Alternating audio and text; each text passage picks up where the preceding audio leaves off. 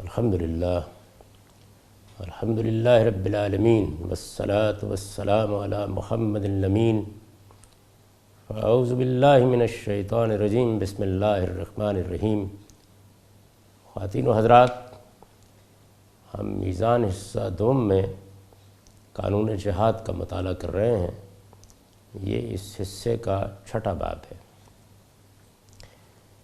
جہاد میں، جنگ میں کن اخلاقی حدود کو ملحوظ رہنا چاہیے، میں نے اس کے لیے قرآن مجید کی آیات پیش کیں اور یہ بتایا کہ سب سے بڑی چیز جو جہاد کا باعث بن سکتی ہے، جو قتال کا محرک ہو سکتی ہے، وہ پرسیکیوشن ہے۔ اللہ تعالیٰ نے جس کو فتنہ کہا ہے، اصلاً اسی کے لیے جنگ کا حکم دیا ہے۔ قرآن مجید اس چیز پر مسلمانوں کو ابھارتا ہے، یہ کہتا ہے کہ تمہارے مسلمان بھائیوں پر ستم توڑے جا رہے ہیں، انہیں مذہبی جبر کا نشانہ بنایا جا رہا ہے، انہیں محض یہ کہنے پر سزائیں دی جا رہی ہیں کہ وہ اقرار کر رہے ہیں کہ ہمارا پروردگار صرف اللہ ہے، لہٰذا اٹھو اور ان کی مدد کرو۔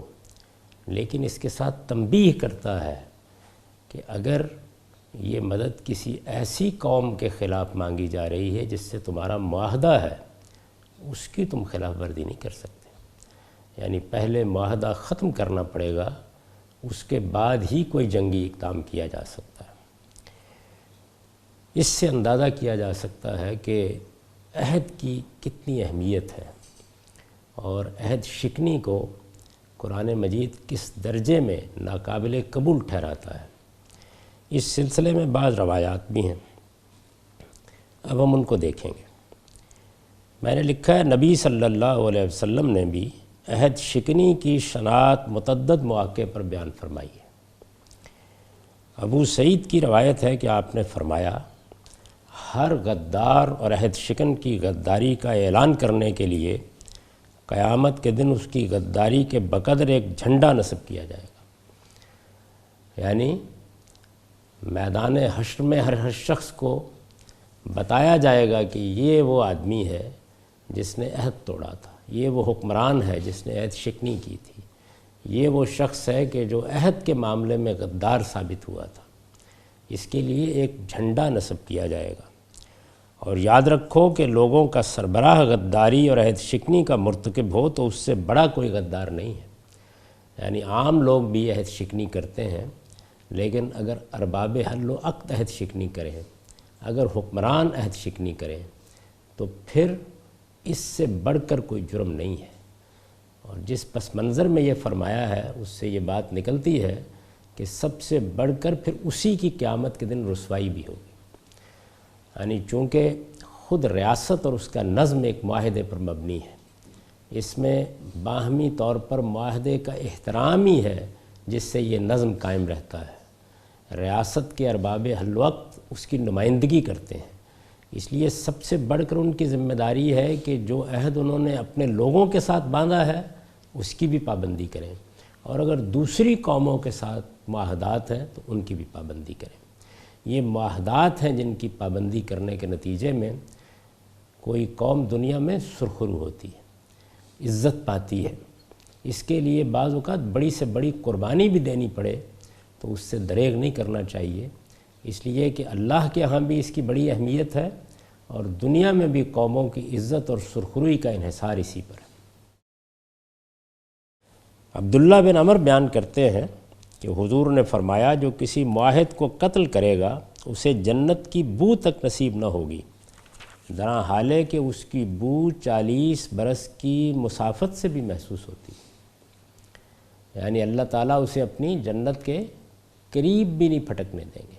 معاہد پر یہ خاص طور پر وہ لوگ ہیں کہ جن کو آپ سیاسی پناہ دیتے ہیں یا جو آپ کی مملکت میں کوئی معاہدہ کر کے اس کے شہری کی حیثیت سے شامل ہوتے ہیں، اور اسی طریقے سے وہ لوگ کہ جن کے ساتھ آپ دوسری قوموں میں معاہدے کرتے ہیں، تو ان کو قتل کر دیا، کسی سفیر کو قتل کر دیا۔ اس وقت جو ہمارے ہاں نام نہاد جہاد ہو رہے ہیں ان میں اس کی بدترین مثالیں سامنے آتی ہیں۔ نبی صلی اللہ علیہ وسلم نے اس کو اتنی اہمیت دی ہے۔ ایک شخص آپ سے ملنے کے لیے گیا ہے، سفیر کی حیثیت سے گیا ہے، ایک شخص آپ کی مملکت میں رہتا ہے، جس کو چاہا آپ نے کٹہرے میں کھڑا کیا اور جب چاہے اس کو سزا دے دی، تو فرمایا کہ یہ طریقہ نہیں ہے، اس میں جو آداب ملحوظ رکھنے ہیں وہ رکھے جائیں گے، اور اگر کوئی معاہدہ ہے تو اس کی ہر حال میں پابندی کی جائے گی۔ عہد اور معاہدے کی اس پابندی کے بعد اور اس کی تاکید کے نتیجے میں ظاہر ہے کہ ایک سلیم الطبع انسان، ایک سچا مومن یہ محسوس کرتا ہے کہ اس میں مجھے آخری درجے تک محتاط ہونا ہے۔ تاہم اس کی ضرورت پڑ جاتی ہے کہ بعض اوقات آپ معاہدے کو ختم کر دیں۔ تاہم اگر دوسری طرف سے خیانت کا اندیشہ ہو، یعنی معاہدہ کیا، دو فریق ہیں، لیکن یہ بات واضح ہو گئی کہ دوسری طرف سے معاہدے کی پابندی نہیں کی جا رہی، یا ایسے بعض نشانات یا علامتیں سامنے آ گئی ہیں جن کی بنیاد پر خیانت کا صاف اندیشہ محسوس ہوتا ہے۔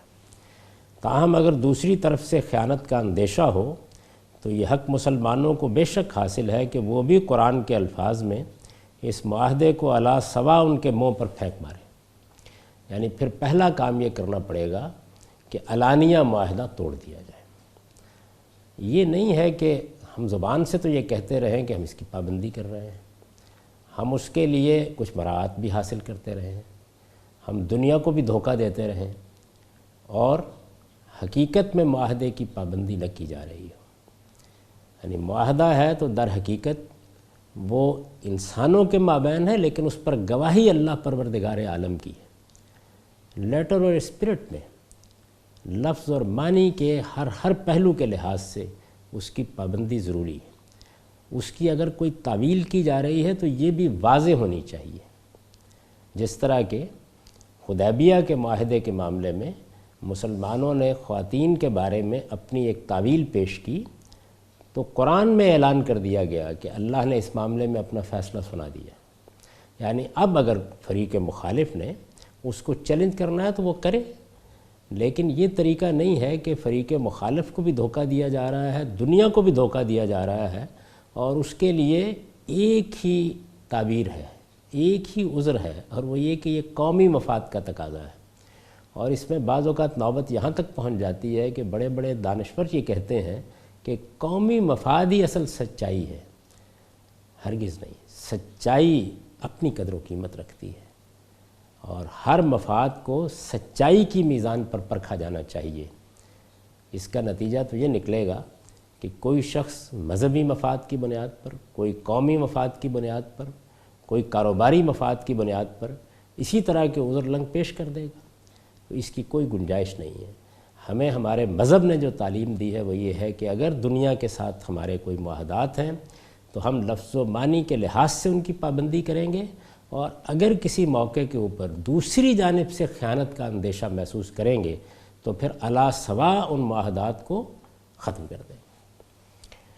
اس معاہدے کو علی سوا ان کے منہ پر پھینک مارے۔ اللہ تعالیٰ کا ارشاد ہے وَإِمَّا تَخَافَنَّ مِن قَوْمٍ خَيَانَةً فَانبِذْ عَلَيْهِمْ عَلَى سَوَاءٍ إِنَّ اللَّهَ لَا يُحِبُّ الْخَائِنِينَ۔ یہ انفال میں ارشاد فرمایا ہے، پھر اگر کسی قوم سے بدعہدی کا اندیشہ ہو تو تم بھی برابری کے ساتھ علانیہ اس کا عہد اس کے آگے پھینک دو، اس میں شبہ نہیں کہ اللہ بدعہدی کرنے والوں کو پسند نہیں کرتا۔ علی سوا یعنی برابری کے ساتھ، اور علانیہ اس عہد کو ختم کرو، صاف کہہ دو کہ ہم اس کی پابندی نہیں کریں گے، اور اگر خلاف ورزی کے ذریعے سے ختم کرنا ہے تو پھر کھلے عام خلاف ورزی کرو، کہو کہ ہم کر رہے ہیں، یہ معاہدے کا خاتمہ ہوگا۔ استاذ امام نے اس کی وضاحت میں لکھا ہے علی سوا کا مفہوم یہ ہے کہ انہی کے برابر کا اقدام تم بھی کرنے کے مجاز ہو، یعنی جس طرح کی خیانت وہ کر رہے ہیں اسی کو سامنے رکھ کر، یا جس طرح کی خیانت کا اندیشہ ہے اسی کو سامنے رکھ کر اقدام کیا جائے گا۔ اس سے یہ بات نکلتی ہے کہ اینٹ کا جواب پتھر سے نہیں دینا چاہیے، بلکہ جواب ہم وزن ہونا چاہیے۔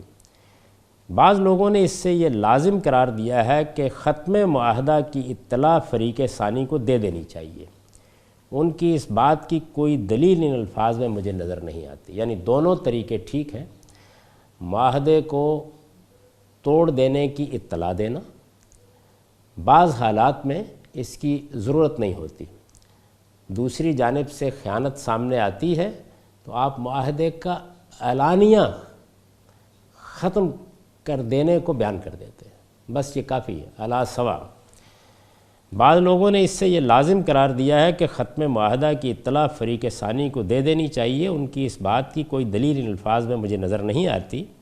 البتہ یہ بات مستنبط ہوتی ہے کہ محض فرضی اندیشہ کسی معاہدے کو کالعدم قرار دینے کے لیے کافی نہیں ہے، بلکہ عملاً اس کی خلاف ورزی کا اظہار ہوا۔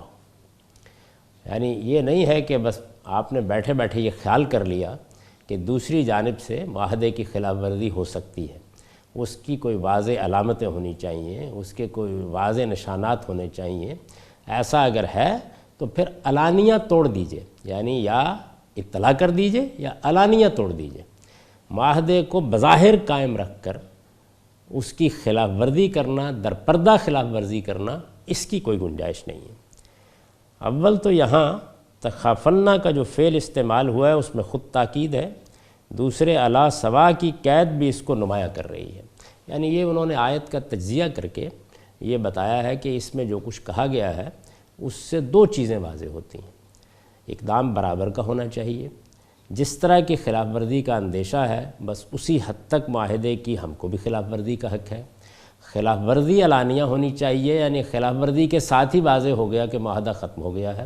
اگر اطلاع دینا ضروری ہے تو دے دیجئے، لیکن بعض موقعوں کے اوپر جب دوسری جانب سے خیانت ہو رہی ہے تو آپ کی طرف سے خلاف ورزی کا اقدام بھی اس بات کی علامت بن جاتا ہے کہ ہم نے یہ معاہدہ توڑ دیا ہے۔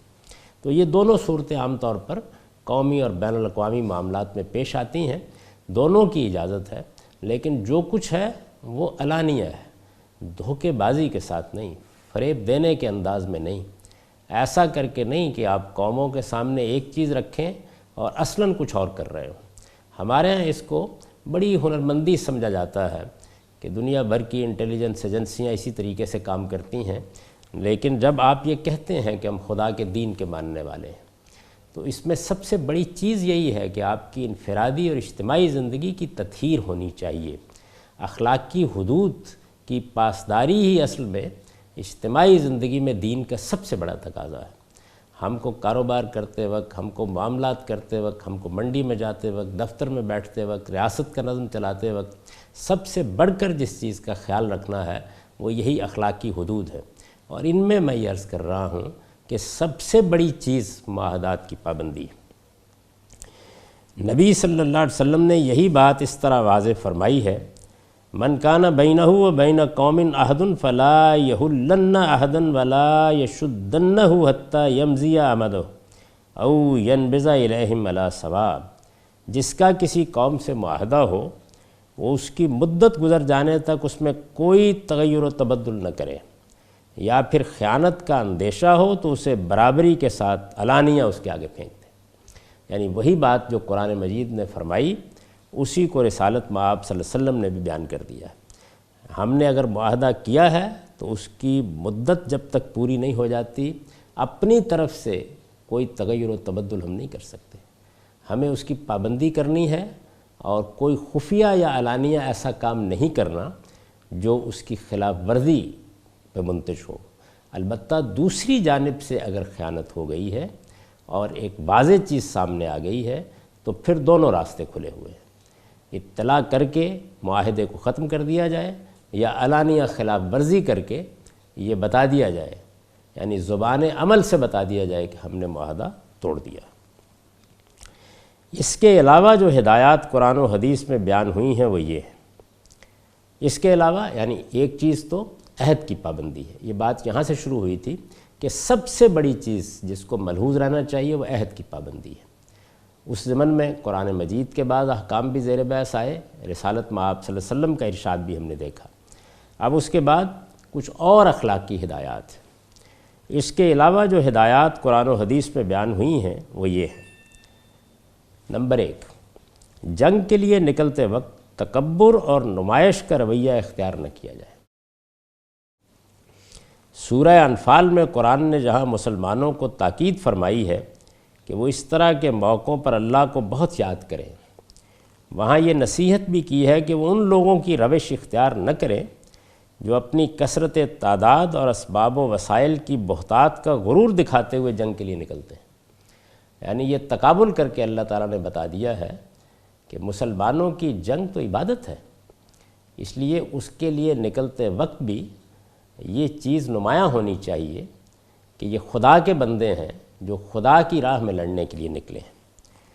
فرمایا ہے کہ تنتنا اور تم تراک کسی بندہ مومن کے شایان شان نہیں ہے۔ رزم ہو یا بزم، خدا کے بندوں پر ابدیت کی تواضع اور فروتنی ہر حال میں نمایاں رہنی چاہیے۔ بعض موقعوں کے اوپر ایسا ہوتا ہے کہ آپ اپنی قوت کا مظاہرہ کرتے ہیں، یعنی دشمن کو مروب کرنے کے لیے، وہ بالکل الگ چیز ہے، یہ بالکل اور چیز ہے۔ یعنی قوت کا مظاہرہ کرنا، دشمن کو یہ بتانا کہ ہمارے پاس تمہیں کچل دینے کی طاقت ہے، جس کو قرآن مجید نے یہ کہا بھی ہے کہ ترہبون بہی عدو اللہ، اور تنتنے اور تم تراک کا اظہار کرنا، یہ بالکل الگ چیز ہے۔ اس زمن کی بعض روایات کے اختلاف میں لوگوں کی سمجھ میں یہ بات نہیں آتی کہ پھر کیا کیا جائے، یعنی طاقت کا مظاہرہ اور تنتنے اور تم تراک کا اظہار، ان دونوں کا فرق سمجھنے میں بعض اوقات دقت ہوتی ہے، لیکن یہ در حقیقت انسان کا باطن ہے، وہی باطن ظاہر ہوتا ہے۔ یعنی ہم جب اپنی صفیں مستحکم کرتے ہیں، جب فوج پیش قدمی کرتی ہے، جب حملہ کیا جاتا ہے تو اس میں طاقت کا اظہار کیا جاتا ہے، اس سے مقصود یہ ہوتا ہے کہ لڑنے کی ضرورت پیش نہ آئے اور دشمن مروب ہو جائے۔ یہ جنگ کی ایک حکمت ہے اور اس کی تحسین کرنی چاہیے، اور فخر کا، نمائش کا اظہار یہ بالکل الگ چیز ہے۔ اس لیے کہ ان کی جنگ محض جنگ نہیں، رزم ہو یا بزم، خدا کے بندوں پر ابدیت کی تواضع اور فروتنی ہر حال میں نمایاں رہنی چاہیے، یعنی عاجزی، بندے ہیں ہم، عاجزی خدا کے حوالے سے یہ معلوم ہو، جب لوگ دیکھیں تو انہیں احساس ہو کہ یہ وہ فوج ہے، یہ وہ لشکر ہے جو خدا کا لشکر ہے۔ ابدیت اور فروتنی، اس لیے کہ ان کی جنگ محض جنگ نہیں بلکہ اللہ کی عبادت ہے، اور ضروری ہے کہ اس کی یہ شان ہر حال میں قائم رہے۔ یعنی جس طرح ہم نماز پڑھتے ہیں اور اس میں اللہ کے سامنے جھکے ہوئے ہوتے ہیں، اسی طرح اللہ کی راہ میں جہاد کرنا بھی عبادت ہے، اس میں بھی انسان کو خدا کے سامنے جھکا ہوا نظر آنا چاہیے۔ وہ اپنی قوت کا اظہار اپنے دشمنوں کے مقابلے میں کرتا ہے، لیکن ابدیت کی تواضع، ابدیت کی شان اور تواضع اور فروتنی کا اظہار وہ اس کے ایک ایک اقدام سے ہو رہا ہوتا ہے۔ قرآن مجید میں ہے وَلَا تَكُونُوا كَالَّذِينَ خَرَجُوا مِن دِيَارِهِمْ بَطْرًا وَرِئَاءَ النَّاسِ وَيَصُدُّونَ عَن سَبِيلِ اللَّهِ وَاللَّهُ بِمَا يَعْمَلُونَ مُحِيطٌ، اور ان لوگوں کی طرح نہ بننا جو اپنے گھروں سے اتراتے اور لوگوں کو اپنی شان دکھاتے ہوئے نکلے، اور جن کا طریقہ یہ ہے کہ اللہ کے رستے سے روکتے ہیں، دراں حالے کہ جو کچھ وہ کر رہے ہیں اللہ اس کا احاطہ کیے ہوئے۔ یہ تنبیہ فرمائی۔ دوسری چیز، وہ لوگ جو جنگ کے موقع پر کسی وجہ سے غیر جانبدار رہنا چاہتے ہیں، یعنی ایسا ہوتا ہے بعض اوقات کہ آپ جنگ کرتے ہیں، آپ کو توقع ہوتی ہے کہ فلاں اور فلاں لوگ ہمارے ہم مذہب ہیں یا ہمارے ہم مسلک ہیں یا ہمارے ساتھ ان کا کوئی قومی اتحاد ہے، وہ ہمارا ساتھ دیں گے، لیکن ایسا نہیں ہوتا، اور کوئی گروہ، کوئی جماعت، کوئی ملک یہ فیصلہ کر لیتا ہے کہ ہم غیر جانبدار رہیں گے۔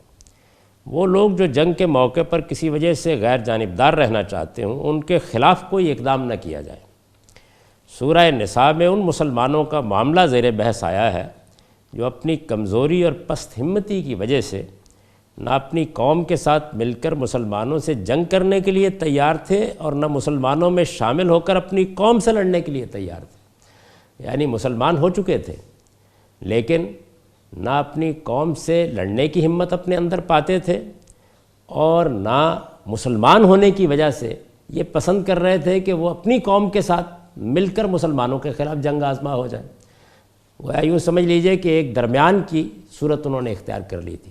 اسی کو آپ غیر جانبداری کہتے ہیں. اللہ تعالیٰ نے فرمایا کہ ان کے خلاف کوئی اقدام نہیں ہونا چاہیے. یعنی معرکہ حق و باطل برپا ہے، اللہ کا رسول موجود ہے، اس میں مسلمان اقدام کر رہے ہیں. کچھ لوگ دوسری قوم کے ساتھ مل کر رہ رہے ہیں، ابھی ہجرت کر کے ادھر نہیں آئے، ان کا معاملہ ابھی نہ ادھر واضح ہے نہ ادھر واضح ہے، مسلمان ہو چکے ہیں. ان کے بارے میں یہ فرمایا ہے. فرمایا وَجَاؤُكُمْ حَسْأَوْ جَاؤُكُمْ حَسْرَتْ صُدُورُهُمْ مَنْ يُقَاتِلُوكُمْ وَيُقَاتِلُوا قَوْمَهُمْ وَلَوْ شَاءَ اللَّهُ لَسَلَّطَهُمْ عَلَيْكُمْ فَلَقَاتَلُوكُمْ فَإِنْ اعْتَزَلُوكُمْ فَلَمْ يُقَاتِلُوكُمْ وَأَلْقَوْا عَلَيْكُمُ السَّلَامَ فَمَا جَعَلَ اللَّهُ لَكُمْ عَلَيْهِمْ سَبِيلًا. یا وہ لوگ جو اس طرح تمہارے پاس آئیں کہ نہ تم سے لڑنے کی ہمت پا رہے ہوں نہ اپنی قوم سے، اور ایسے ہیں کہ اگر اللہ چاہتا تو ان کو تم پر دلیر کر دیتا اور وہ تم سے لڑتے. یعنی گویا یہ بات کہہ کے کہا کہ اس پر شکر کرو کہ وہ غیر جانبدار ہو گئے ہیں. ایسا بھی تو ہو سکتا تھا کہ وہ اپنی قوم کے ساتھ کھڑے ہو جاتے اور اس موقع پر تم سے لڑتے. اگر اللہ چاہتا تو ان کو تم پر دلیر کر دیتا اور وہ تم سے لڑتے. لہٰذا وہ اگر الگ رہیں اور تم سے جنگ نہ کریں اور تمہاری طرف صلح کا ہاتھ بڑھائیں تو اللہ تمہیں ان کے خلاف کسی اقدام کی اجازت نہیں دیتا. یہ جو ارشاد ہے اس سے یہ بات واضح ہوتی ہے کہ اخلاقی اصول بھی اسی بات کا تقاضا کرتے ہیں کہ ان کے خلاف کوئی اقدام نہ کیا جائے، اس لیے کہ وہ غیر جانبدار ہو کر کھڑے ہو گئے ہیں.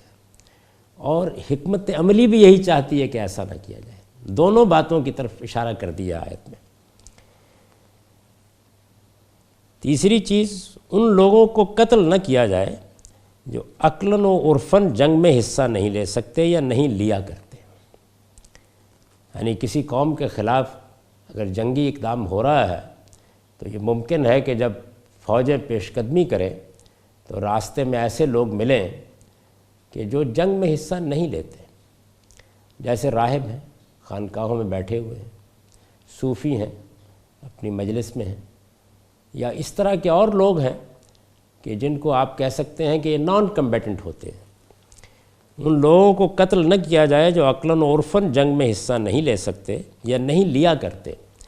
عبداللہ بن عمر کی روایت ہے کہ ایک مرتبہ جنگ کے موقع پر جب یہ معلوم ہوا کہ ایک عورت قتل کر دی گئی ہے تو رسول اللہ صلی اللہ علیہ وسلم نے عورتوں اور بچوں کے قتل سے لوگوں کو سختی کے ساتھ منع کر دیا، اس لیے کہ عورتیں جنگ آزما نہیں ہوتی تھیں، اس لیے کہ بچے بھی جنگ آزما نہیں ہوتے تھے. تو کوئی وجہ نہیں ہے کہ کسی قوم کے خلاف اقدام کرتے ہوئے عورتوں اور بچوں پر ہاتھ اٹھایا جائے. اس سے یہ بات آپ معلوم ہوئی کہ وہ لوگ جو شہروں میں رہ رہے ہیں، نہتے لوگ ہیں، عام آبادیاں ہیں، وہ فوجی نہیں ہیں، جنگ کے لیے نہیں نکلے ہوئے ہیں، جنگ آزما نہیں ہوئے، ان کے خلاف بھی کوئی اقدام نہیں ہونا چاہیے. یہی وہ چیز ہے کہ جو اب موجودہ جنگی معاہدات میں بڑی بنیادی حیثیت اختیار کر چکی ہے، اور جس میں یہ کہا جاتا ہے کہ سول آبادی کے خلاف کوئی اقدام نہیں کیا جائے گا. اس لیے کہ موجودہ زمانے میں ایسا نہیں ہوتا کہ کسی علاقے کے سب مرد جنگ کے لیے نکل آئے ہیں یا کسی شہر کے سب مرد میدان میں آ گئے ہیں. موجودہ زمانے میں مرد عورت سب عام شہریوں کی حیثیت سے رہ رہے ہوتے ہیں اور افواج لڑ رہی ہوتی ہیں. تو اس وجہ سے مرد و عورت، یعنی وہاں تو عورتوں ہی کی یہ نوعیت تھی یا بچوں ہی کی یہ نوعیت تھی، اب عام شہریوں کی بھی یہی نوعیت ہو گئی. وہ نان کمبیٹنٹ ہو گئے ہیں، یعنی عام طور پر وہ لڑنے کے لیے نہیں نکلتے. چوتھی چیز یہ ہے کہ دشمن کو آگ میں جلا کر نہ مارا جائے. ابو ہریرہ نے بیان کیا ہے کہ نبی صلی اللہ علیہ وسلم نے ایک مرتبہ ہم لوگوں کو لڑائی پر جانے کا حکم دیا تو ہدایت کی کہ فلاں 2 آدمی ملیں تو انہیں جلا دینا. مگر جب ہم روانہ ہونے لگے تو بلا کر فرمایا میں نے تمہیں حکم دیا تھا کہ فلاں اور فلاں کو آگ میں جلا دینا، لیکن صحیح بات یہ ہے کہ آگ کا عذاب صرف اللہ ہی دے سکتا ہے، اس لیے اگر یہ لوگ تمہیں ملیں تو انہیں قتل کر دیا جائے.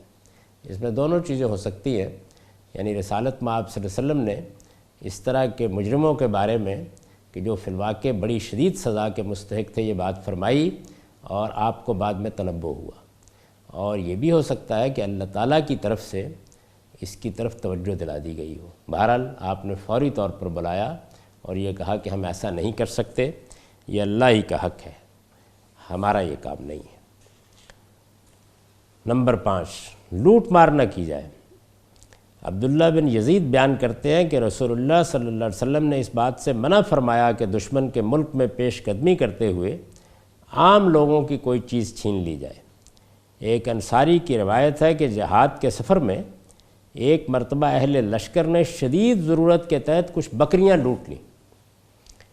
یعنی اس میں جو چیز ملحوظ رکھنے کی ہے وہ یہ ہے کہ شدید ضرورت کے تحت کچھ بکریاں لوٹ لیں اور ان کا گوشت پکا کر کھانا چاہا۔ نبی صلی اللہ علیہ وسلم کو اطلاع ہوئی تو آپ نے دیگچیاں الٹ دیں اور فرمایا لوٹ کا مال مردار سے بہتر نہیں ہے۔ یعنی جب فوجیں پیش قدمی کرتی ہیں تو بالعموم اس طرح کی تعدی کو روا سمجھا جاتا ہے، لیکن حضور نے اس کی اجازت نہیں دی، اور جو بکریاں لوٹ کر وہ کھانا پکا چکے تھے اس کو کھانے بھی نہیں دیا، اور اس کے اوپر یہ تبصرہ فرمایا کہ یہ ایسے ہی ہے کہ جس طرح مردار ہے، یعنی بالکل حرام ہے، اس کا تم کو حق نہیں ہے۔ عام آدمی کی جان، مال، آبرو سب کو حرمت حاصل ہے۔ اس کا یہ مطلب نہیں ہے کہ ہم جنگ کرنے کے لیے نکلے ہیں تو ہم راستہ چلتے ہوئے کسی بھی شخص کا مال لوٹ لیں، اس کے جانور ہانک لیں، جس کی چیز چاہیں پکڑ لیں، اس کی اجازت نہیں ہے۔ نمبر 6 یہ کہ مصلح نہ کیا جائے۔ بریدہ روایت کرتے ہیں کہ رسول اللہ صلی اللہ علیہ وسلم فوجوں کو بھیجتے وقت جو ہدایات دیا کرتے تھے ان میں یہ بات بھی بڑی تاکید کے ساتھ فرماتے تھے کہ لاشوں کی بے حرمتی اور ان کے اعضاء کی قطع و برید نہیں ہونی چاہیے۔ جب افواج اقدام کرتی ہیں تو بعض اوقات ایسی دشمنی ہوتی ہے یا دوسری جانب سے ایسے اقدام ہو چکے ہوتے ہیں کہ جس میں اس طرح کے رویے کا اندیشہ ہوتا ہے۔ یہ معلوم ہے کہ سیدنا حمزہ کے معاملے میں کیا رویہ اختیار کیا گیا تھا۔ نبی صلی اللہ علیہ وسلم کو بھی اس کا بہت غم تھا، اور ہند نے، ابو سفیان کی بیوی نے اس موقع پر ان کا کلیجہ نکال کے چبایا تھا۔ ایسے معاملات ہو جاتے ہیں تو کیا مسلمان بھی یہ کریں گے؟ فرمایا نہیں، مصلح نہ کیا جائے۔ خاص ہدایت کی کہ نہ لاشوں کی بے حرمتی ہوگی نہ ان کے اعضاء کی قطع و برید ہوگی۔ اس وقت بھی دنیا نے اس کو تسلیم کر لیا ہے، اور عام طور پر یہی کیا جاتا ہے کہ اگر کسی موقع پر دشمن کی لاشیں ہماری طرف بھی موجود ہیں تو عزت اور احترام کے ساتھ ان کی تدفین کر دی جائے یا وہ حوالے کر دی جائے۔ 7ویں اور آخری بات یہ کہ راستے تنگ نہ کیے جائیں۔ معاذ بن انس کا بیان ہے کہ ایک مرتبہ نبی صلی اللہ علیہ وسلم کی معیت میں جہاد کے لیے نکلے تو دیکھا کہ لوگوں نے اترنے کی جگہ تنگ کر رکھی ہے اور راہگیروں کو لوٹ رہے ہیں۔ حضور کے پاس اس کی شکایت پہنچی تو آپ نے فوراً منادی کرا دی کہ جو اترنے کی جگہ تنگ کرے گا یا راہگیروں کو لوٹے گا اس کا کوئی جہاد نہیں۔ یہ چند ہدایات ہیں جو رسالت مآب صلی اللہ علیہ وسلم نے مختلف موقعوں پر فرمائی۔ ان سے جو اصول نکلتا ہے وہ اصل میں اس باب کا عنوان ہے، یعنی جہاد میں بھی، جنگ میں بھی اخلاقی حدود پامال نہیں کی جا سکتی۔ بنیادی چیز یہ ہے، ایسا نہیں ہوتا کہ سارے معاملات رسالت مآب صلی اللہ علیہ وسلم کے زمانے میں پیش آ گئے ہوں اور ہم ان کی کوئی فہرست بنا سکیں۔ قرآن مجید نے اس کو اصول کے طور پر بیان کیا کہ تمہاری طرف سے کسی اخلاقی حد کی پامالی نہیں ہونی چاہیے۔ اس کے بعد کچھ اطلاقی معاملات بیان فرمائے، جیسے یہ کہ اگر لوگ غیر جانبدار ہیں تو ان کے خلاف کوئی اقدام نہ کیا جائے۔ معاہدہ ہے تو اگر کسی مسلمان پر ظلم بھی ہو رہا ہے تو معاہدے کی خلاف ورزی کر کے اس کی مدد نہ کی جائے۔ یا جس وقت عذاب کے بارے میں بھی ارشاد فرمایا، یعنی اس سے آگے تو کوئی چیز نہیں ہو سکتی، اس میں بھی یہ کہا کہ اگر معاہدہ موقت ہے تو اس کی پابندی کی جائے۔ بالکل اسی طریقے سے بعض اطلاقی معاملات میں جو پیش آ گئے رسالت مآب صلی اللہ علیہ وسلم نے بھی ہدایات دیں، لیکن جو چیز اصول میں اس سے معلوم ہوئی، جس کی بنیاد پر دسیوں معاملات کا جائزہ لیا جا سکتا ہے، وہ یہ ہے کہ جنگ کا یہ مطلب نہیں ہے کہ اب ہر چیز جائز ہو گئی ہے۔ جنگ میں بھی اسی طریقے سے اخلاقی چیزیں پیش نظر رہیں گی، انسان کا سب سے بڑا شرف یہی ہے کہ وہ ایک اخلاقی وجود ہے، اور اخلاقیات مقدم ہیں، ان کی خلاف ورزی نہیں ہو سکتی، جنگ کے نام پر بھی نہیں ہو سکتی، جہاد کے نام پر بھی نہیں ہو سکتی، قومی مفاد کے نام پر بھی نہیں ہو سکتی۔ مسلمان کی اصلی شان یہی ہے کہ وہ جب معاہدات کرتا ہے، جب دنیا کے ساتھ معاملہ کرتا ہے، تو وہ اخلاقی حدود کی پاسداری ہر حال میں کرتا ہے، خواہ اس کے لیے بڑے سے بڑا نقصان اٹھانا پڑ جائے یا اس کے لیے بڑی سے بڑی قربانی دینی پڑ جائے، کیونکہ اخلاقی اصولوں پر قائم رہنے کی ایک قیمت ہے جو انفرادی زندگی میں بھی دینا پڑتی ہے اور اجتماعی زندگی میں بھی دینا پڑتی ہے، اس کا اجر اللہ ہی دیتا ہے۔ لیکن قرآن مجید کا حکم یہی ہے کہ مسلمان کو ہر حال میں اس کا لحاظ کرنا ہے۔ اقول قولی ھذا واستغفر اللہ لی ولکم ولسائر المؤمنین۔